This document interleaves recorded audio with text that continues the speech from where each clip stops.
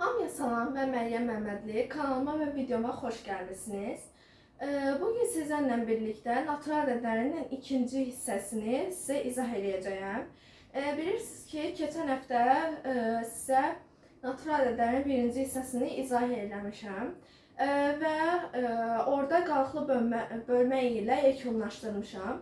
Bugün isə əməllər sırası ilə başlayacağam.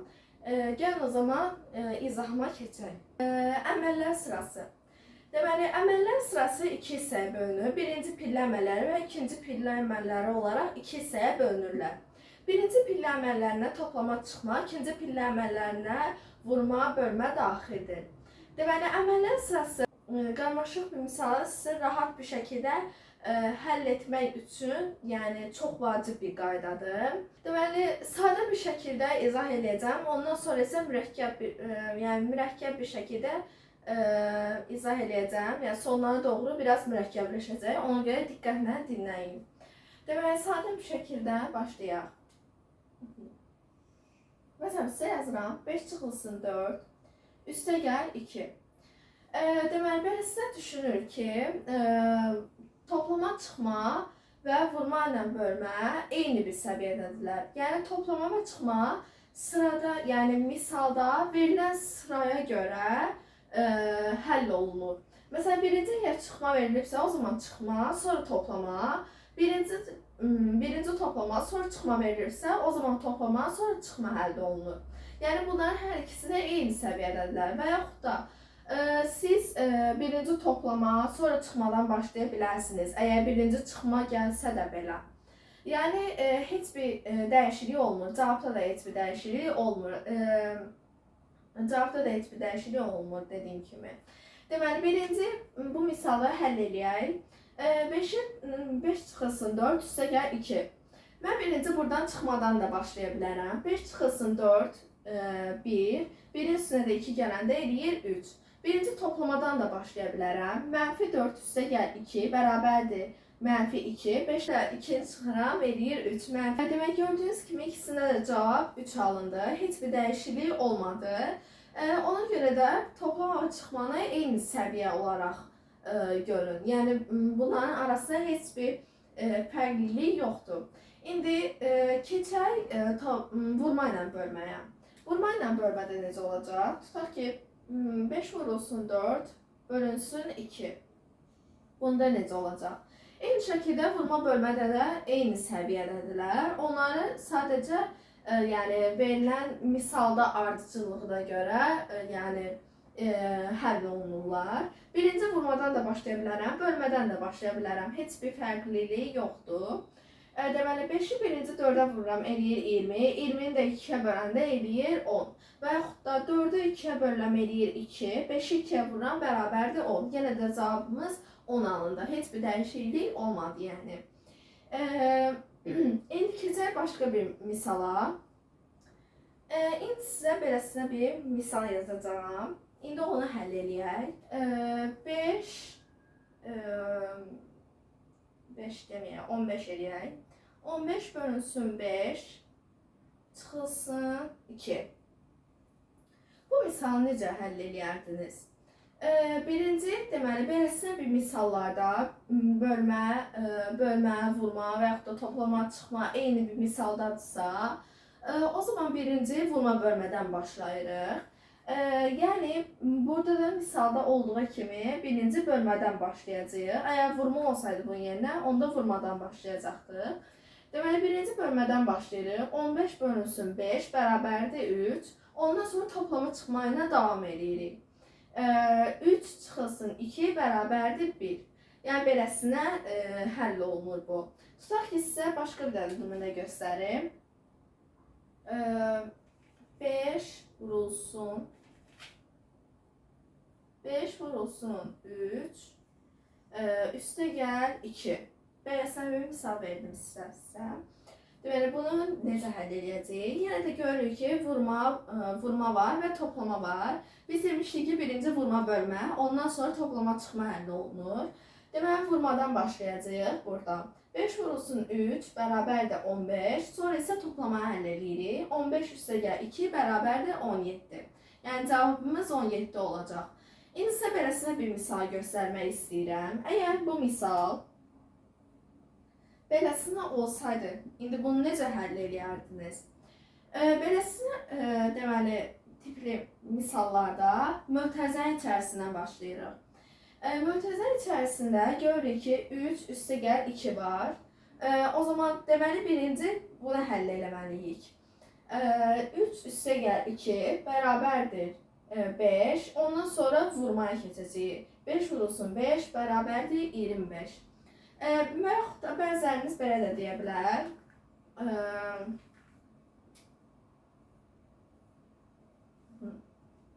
Bəziləriniz belə də deyə bilər buna.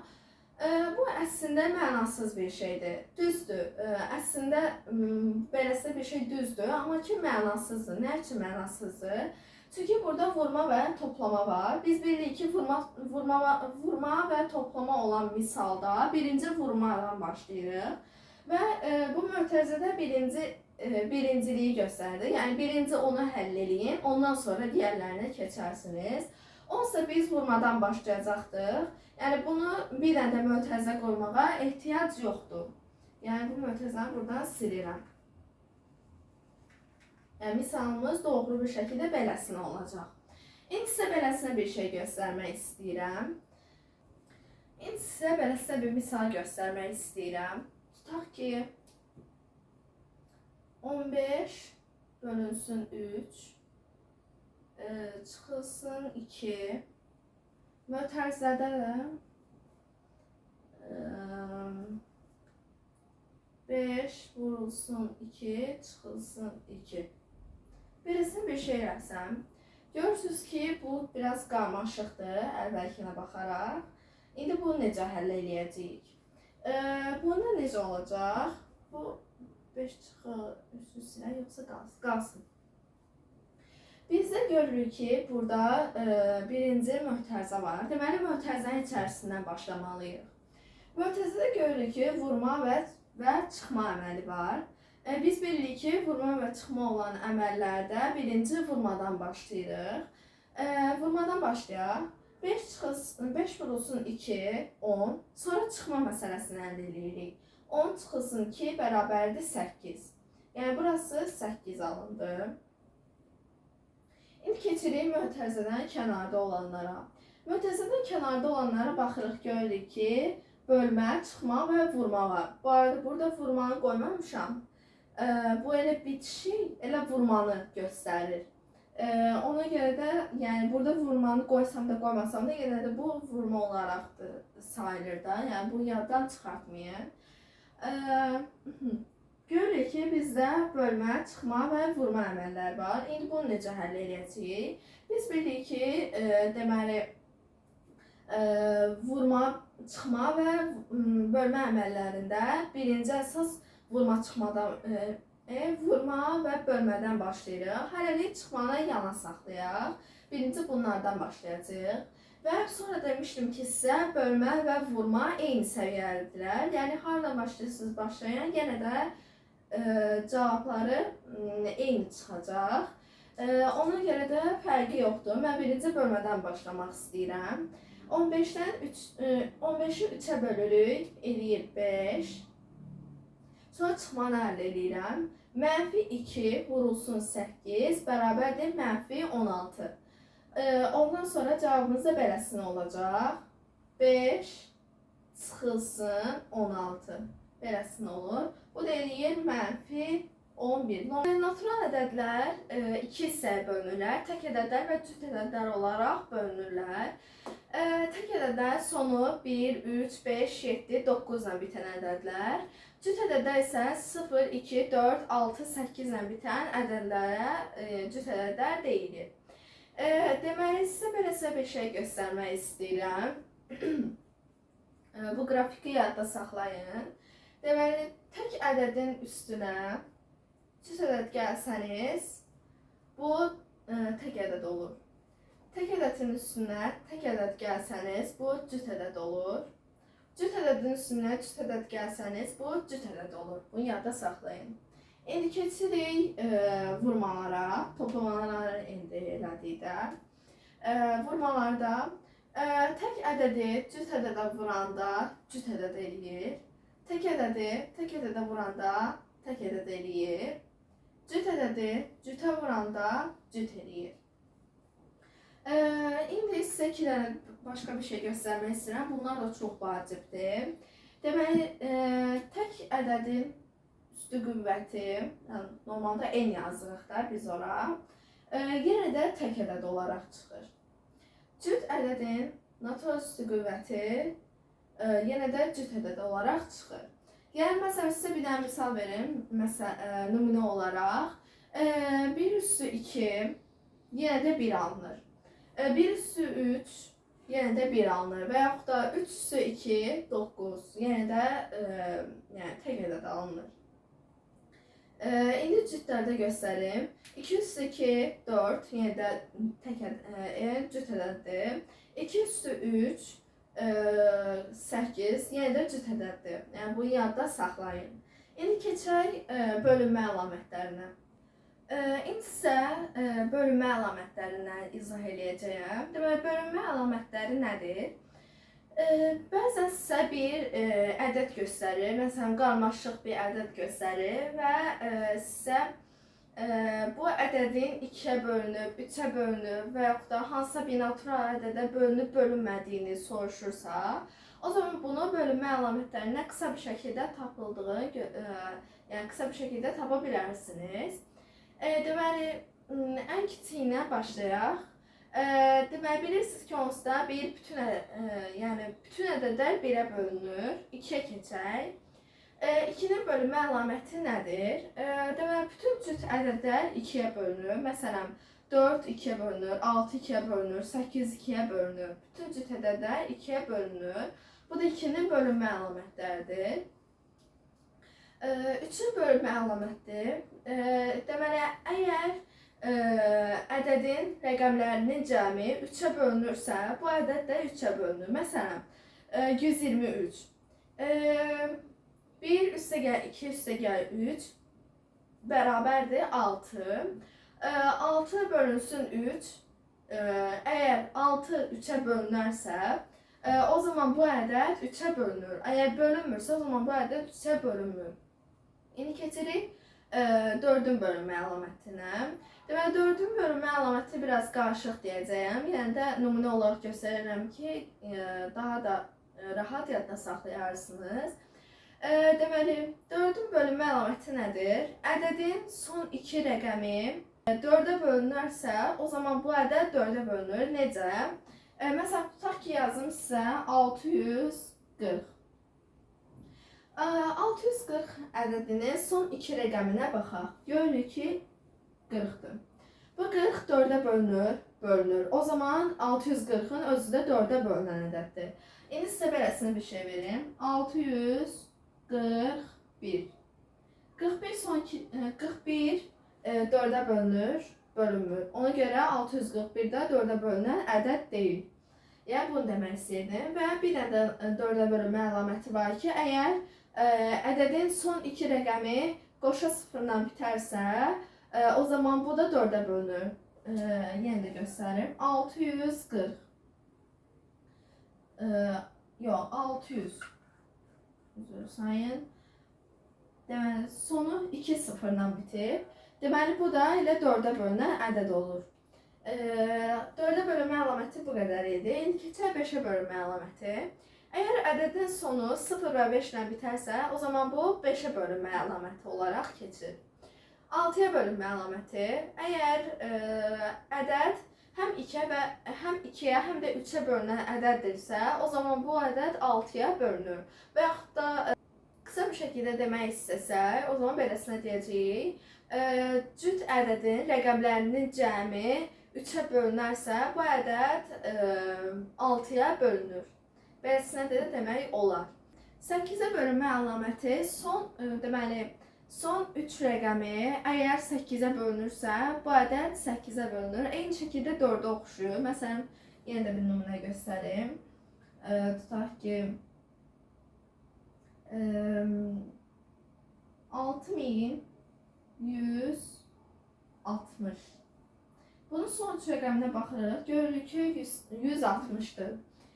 160 8-ə bölünür. Ona görə də bu ədəd də 8-ə bölünür.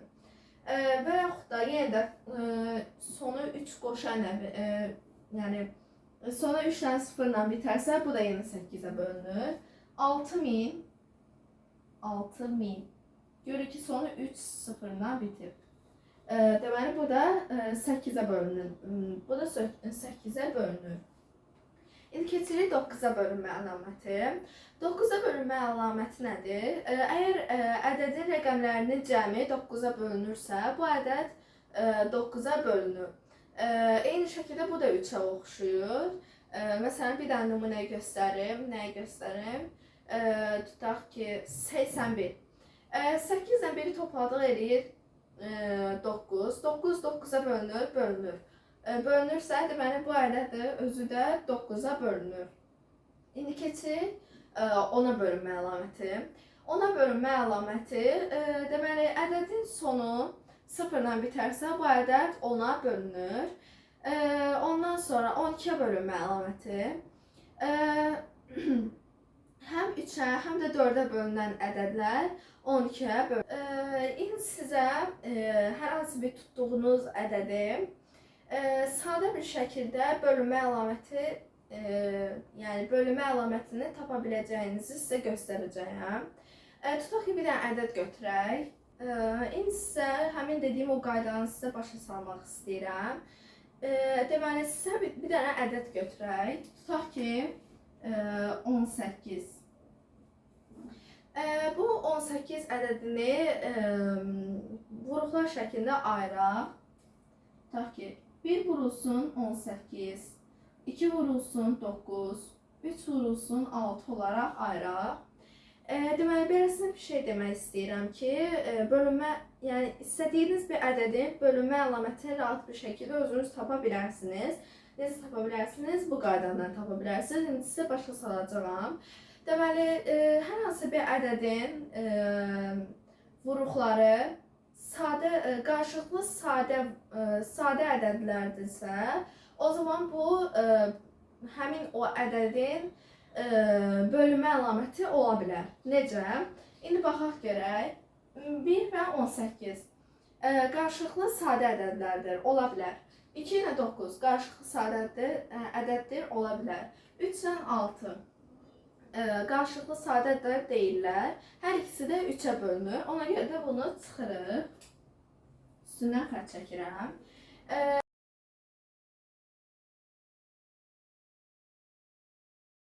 Həm 2-yə, həm də 9-a bölünən ədədlər 18-ə bölünən ədədlərdir. Beləsinə desək daha doğru olar.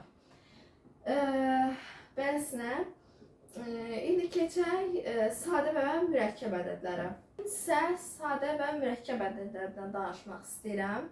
Deməli, sadə ədədlər 1-ə və yalnız özünə bölünən ədədlərə sadə ədədlər deyilir. Məsələn, 2, 3, 5, 7, 11, 13 beləsinə davam edir. Və görürük ki, bunlar həm 1-ə, həm də özünə bölünürlər. Deməli, bunlar sadə ədəddir. Başqa bir vuruqları yoxdur, yəni. Mürəkkəb ədədlərə keçək. Mürəkkəb ədədlər isə deməli, 2-dən çox böləndə olan ədədlərə mürəkkəb ədədlər deyilir. Məsələn, götürək ən sadəsi 4-dür. 1-ə, 4-ə və 2-yə bölünür. 2-dən çoxdur. Yəni, yenə də mürəkkəb ədəd olaraq keçir.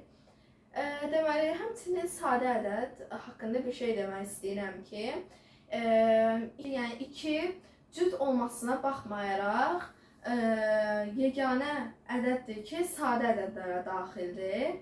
Və 0 nə sadə, nə də mürəkkəb ədəddir. Bunu da sizə demək istəyirəm ki, yadınızda qalsın. Çox vacibdir. Ondan sonra, indi nəyi deyəcəm? Mürəkkəb ədədlərin sadə vuruqlara ayrılışından danışmaq istəyirəm sizə. Tutaq ki, götürək 220-ni. 220-ni beləsinə sadə vuruqlara ayırırıq.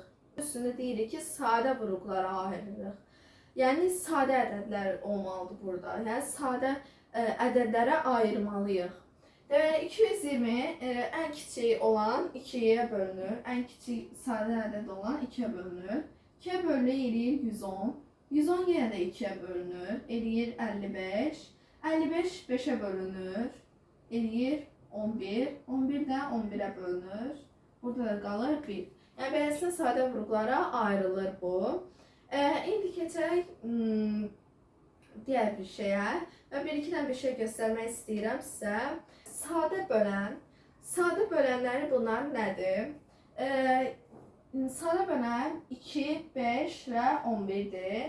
Sadə bölən qısa şəkildə, yəni necə deyim, sadə bölən müxtəlif sadə vuruğa bərabərdir və müxtəlif sadə vuruq deyiriksə, buradakı fərqli ədədləri seçəcəyik. Tutaq ki, 2-dən 2 dənədir, o zaman bir dəfə götürəcəyik. 2, 5 və 11-i götürürük, yəni. Bu sadə bölən və yaxud da müxtəlif sadə vuruqlara aiddir. Ondan sonra keçək natural ədədlərin sayına. İndi sizə natural ədədlərin sayını göstərmək istəyirəm. Beləsinə bir düstur var. İndi bunu qısa bir şəkildə yazaq və o düsturu sizə göstərim. Qısa şəkildə bunu necə yazacağıq? Buradan yazdım. 220 bərabərdir 2-nin kvadratı, beləsinə yazıram. 2-nin kvadratı vurulsun 5, vurulsun 11. Beləsinə qısa şəkildə yazırıq. İndi bunu natural bölənlərinin sayını tapmaq üçün bu düsturdan, yəni bundan istifadə edəcəyik. İndi necə olacaq bu? Deməli, bu qüvvətlərin üstünə görürük ki, burada qüvvət yoxdur məsələn, 5-in üstündə qüvvət yoxdur, 11-in üstündə qüvvət yoxdur. Bunlar əslində 1-dir. Deməli, bunları necə edirik? Bu qüvvətlərin üstlərinə bir gəlib, hamısını bir-birinə vururuq. Yəni, beləsi olacaq. 2 üstü 2, yəni 2-nin kvadratındakı 2 var, qüvvətindəki 2. Bu, həmin 2 budur da. 2 üstə gəl 1. Bu 1-lər düsturdakı 1-dir. Bir dənə də mötərizə açırıq. 5-in üstündəki 1-i götürürük. 1 üstə gəl 1. Bu ikinci 1 onsuz da düsturdandır, dediyim kimi. Bu 11-in üstündəki 1 yenə götürürük. Bu 1-dən yenə də düsturdandır. İndi bir-birinə vuraq. Deməli 3 vurulsun 2, vurulsun 2. Bu da eləyir 12. Yəni deməli 220-nin 12-yə bölünən ədədi var. Deməli 12 dənə bölünən ədədi var, beləsinə desək. İndi sizə əbob haqqında danışmaq istəyirəm. Deməli, əbobun açılışı budur. Ən böyük ortaq bölən deməkdir. Və əbob sizə nə üçün lazım olacaq? Əbob, tutaq ki, 2 dənə ədəd götürdünüz. A və B ədədi. Bu ədədlərin ən böyük ortaq bölündüyü ədəd tapmaq istəyirsiniz. O zaman əbobdan istifadə edəcəyik. Tutaq ki, 2 dənə ədəd götürək. Nə götürək? Tutaq ki, 22 və 88 götürək. 22 və 33 götürək ən rahatından. Deməli, 22-ni sadə vuruqlara birinci ayırırıq. 33-ü də beləsinə yazıram. Sadə vuruqlara ayırırıq bunları. 22 sadə vuruqlara ayıranda burası 2, burada 11, yenə də 11. Burada da 1 yazırıq. 33-ü ayıranda 3-ə bölürük 11, 11-ə bölürük 1. Deməli, bunların sadə vuruqlarına ayırdım. İndi ortaq olanları seçirəm. Ortaq hansılarına bölünür, onları seçəcəyim. Görürük ki, 22 2-yə bölünür, amma 33-də 2 yoxdur. Deməli, 2-ni götürmürəm. Və yaxud da 33-də 3 var, yəni 3-ə bölünür, 22 3-ə bölünür deyə götürmürəm. Amma görürük ki, 11-lər hər ikisi də bölünür. Bunları beləsinə dairələyirəm. Deməli, əbobumuz 11-dir. Yəni, hər ikisi də 11-ə bölünür. İndi başqa bir mürəkkəb ədəd yazaq. 180 və 200. İndi bunun sadə vuruqlarına ayıraq. 181-ci ayıraq. 182-yə böləndə eləyir 90. 92-yə bölünür eləyir 45. 45-i 5-ə bölürük eləyir 9. 9-u 3-ə bölürük, 3-ə bölünür. Bu da 3-ə bölünür. Eləyir burada 1. Beləsinə bölünür. İndi 200 eləyək. 200 2-yə bölünür 100. 100 2-yə bölünür 50. 50 2-yə bölünür 25. 25 5-ə bölünür 5. 5 də 5-ə bölünür. Bu da eləyir 1. İndi buna ortaq onları tapaq. Görürük, burada 182 dənə 2-yə 182 dənə ikisi var. 200-ün 3 dənə ikisi var. Bəyəzli olanda həmişə ən kiçiklərini götürürük. 2 burada, 2 burada, 2 burada, 2 burada. Bu üçüncü olan 2'yi götürmürük. Çünki bunun ortaq olunan bir şey yoxdur. Əgər burada bir dənə də 2 olsaydı, o zaman bunu götürmək olardı. Amma artıq bir 2'miz yoxdur deyə götürmürük. 5'imiz var. Burada da 5'imiz var. Götürürük. Görürük ki başqa heç bir şey yoxdur. Yəni burada da 3'ümüz var. 2 dənə 3'ümüz var. Burada da bir dənə 2'miz var. Bir dənə də 5'imiz var. Onları götürmürük çünki ortaq deyirlər. Əbəbu tapmaq istəsən necə eləyəcəyik? Bir sıradakı olanları, bu dairələrimizi bir-birlərinə vururuq. Yəni beləsi olacaq. 2 vurulsun 2, vurulsun 5. Bərabərdir. Bu da eləyir 20. Ən böyük 20'yə bölünürlərmiş. Yəni beləsinə rahatlıqla tapa bilərsiniz. İndi sizə qarşılıqlı sadə ədədləri izah edəcəyəm. Ortaq böləndi 1 olan ədədlərə qarşılıqlı sadə ədədlər deyilir. Demək, qarşılıqlı sadə ədədlərə bunlar daxildir. Bunları yadda saxlayın. Hətta buralarda zada yazacağım mən bunu. Deməli, hər ikisi sadə ədəd olan, hər ikisi tək ədəd olan, tək natural ədəd olan, hər ikisi ardıcıl ədədlər və birlə istənilən bütün ədədlər qarşılıqlı sadə ədədlərdir. Məsələn, bir dənə nümunə göstərim. 2, 3 ardıcıl ədədlərdir. Bunlar qarşılıqlı sadədir. Və yaxud da 2, 5 hər ikisi sadə ədədlərdir. Ona görə də bunlar qarşılıqlı sadə ədədlərdir. Və yaxud da 11, 13 bunlar tək ədədlərdir. Ona görə də bunlar hər ikisi tək ədədlərdir. Ona görə bunlar da qarşılıqlı sadə ədədlər daxildir. 1 ilə 12. Görürük ki, bu da qarşılıqlı sadə ədədlərə daxildir. Deməli, sonra indi sizə əkobı izah eləmək istəyirəm. Əkob sizə nə üçün lazım olacaq? Tutaq ki, bir dənə ədəd götürdünüz. Bu ədədin A və B ədədinə bölünüb, həm də ki, ən kiçik, bunları bölündüyü ən kiçik ədəd onluğunu tapmaq üçün əkobdan istifadə olunur. Məncə məni başa düşmədiniz. Ona görə də sizə beləsini nümunə şəklində izah edəcəyəm. Tutaq ki, eyni şəkildə götürək. 8-dən tutaq ki, 9'u götürək.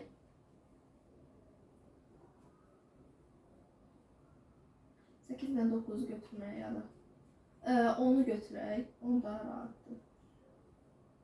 12'yi götürək. 8'dən 12'yi götürək. 8 2'yə bölünür 4. 4'ü 2'yə bölünür 2. 2 2'yə bölünür 1. İndi 12'yi bölək. 12 bölünsün 2, 6. 6 2'yə böləndə 3. 3 də 3'ə bölünür 1.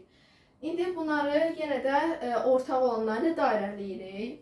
2 var, 2 var. 2 var, 2 var, 2 və 3 var. Bunlar ortaq deyil. Ona görə bunları götürmürük. İndi əkobun tapanda necə eləyəcəyik? Buradakı bir ədədi digər ədədin vuruqlarında ortaq olmayanına vururuq. Yəni necə? Burada 8'i götürürük və 12'yə sadə vuruqlarına baxırıq. Görürük ki, 3 ortaq ədəd deyil. Ona görə də 8'i 3'ə vururuq. Və yaxud da tam tərsini eləyə bilərsiniz. 12'yi götürürük, 8'in sadə vuruqlarına baxırıq və görürük ki, burada 2 var. Buradakı 2'yə vururuq. Ortaq deyil yəni bu. 12 ilə 2'yə vuranda 24 eləyir. Görürsünüz ki, yenə də eyni şey alındı. Qısa şəkildə yazın bura. 12 vurulsun 2 bərabərdir 24. 8 vurulsun 3 bərabərdir 24. Görürsünüz, yəni də ikisi də 24 alınır. İndi sizə bir dənə bir şey demək istəyirəm. Əgər bir ədəd digərinə bölünürsə, məsələn A B-yə bölünürsə, o zaman bu ədədin əbobu, bu iki ədədin əbobu A, ərkobu isə B olur. Tutaq ki, 8 və 16 ədədlərini götürürəm. Və deyirəm ki, bunun mən ərkobunu və əbobunu tapmaq istəyirəm. Onu necə tapacağıq? Görürük ki, 16 8-ə bölünür. Deməli, onda bunun ərkobu 16, əbobu isə 8 olur. Yəni, bunu yadda saxlayın. Eyni şəkildə 22, 44, sonra 2, 16 beləsinə şeylər də verə bilər. Yəni, əsas odur ki, biri digərinə bölünsün. O vaxt bunu beləsinə həll edə bilərsiniz rahat bir şəkildə. İndi əbob və ərkoba aid bir neçə düstur var. Onları sizə göstərəcəm. Bunlar çox vacibdir. Yəni, yadda saxlayın. Ərkobu əboba vuranda həmin o ədədlərin hasilinə bərabər olur. A vurulsun B-yə bərabər olur. Bir dənə bir şey göstərim. Bu birinci olandır. İkinci olan. Ərkobu əboba bölürsünüzsə, cavabda S alınır. Bu S nədir? S, A və B ədədlərinin ortaq olmayan deyirəm, ortaq olmayan ədədlərin hasilidir. Məsələn, biz bayaq görmüşdük ki, hansı idi o? 8, 16 deyək də elə. 16-da bir dənə də artıq bir 2 var da. Bu, məsələn, 8 və 16-nın C-si 2-yə bərabərdir. Yəni, ortaq olmayan ədədlərin hasilinə bərabərdir. C, onu demək istəyir. Üçüncü olan ərkobun kvadratı, beləsinə yazaq, belə.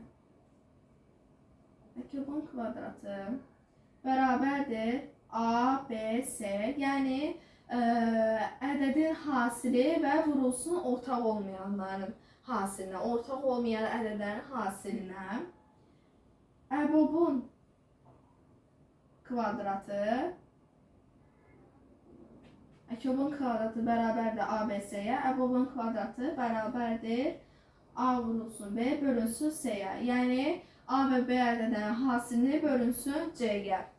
Yəni, ortaq olmayan sadə vuruqların hasilinə.